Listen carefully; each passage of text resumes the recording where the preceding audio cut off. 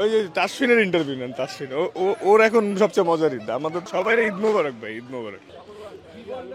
সবসময় নিজের এলাকাতেই তিনি ঈদ করে থাকেন, যখনই সুযোগ পান, সময় পান। কোনো ম্যাচ না থাকলে, খেলার ব্যস্ত সময় না থাকলে তিনি ঠিক এইখানেই তিনি নামাজ পড়েন, নামাজ পড়ে পরিবারের সাথে নামাজ পড়ে এলাকাবাসীর সাথে শুভেচ্ছা বিনিময় করেন। এভাবেই ঠিক মিলেমিশে তাসকিন আহমেদ তার এলাকায় থাকেন।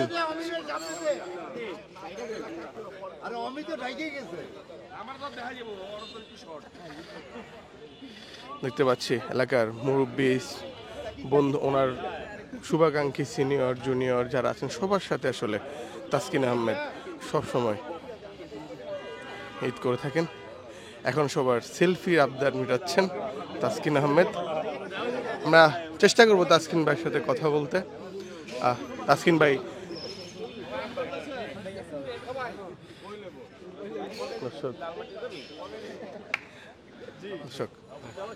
তাসকিন ভাই সবসময় পরিবারের সাথে ঈদ করতে পারেন, এই যে আনন্দটা কতখানি? অনেক ভাই, সবাই ঈদ মোবারক ভাই, ঈদ মোবারক। সবাই এনজয় করেন, কোরবানি দেন, আত্মীয় স্বজনের মাংস দেন। ওই যে তাসফিনের ইন্টারভিউ নেন, তাসফিন ওর এখন সবচেয়ে মজার ঈদ। আমাদের তো কিন্তু ওর তো পাঞ্জাবিটা খেলাতে এবার আলাদা না, আসলে এগুলো তো বানাইতে হয়, এবার বানানোর সুযোগ হয় না। তাসকিন ভাই দেশবাসীর উদ্দেশ্যে একটু যদি এদিকে একটু।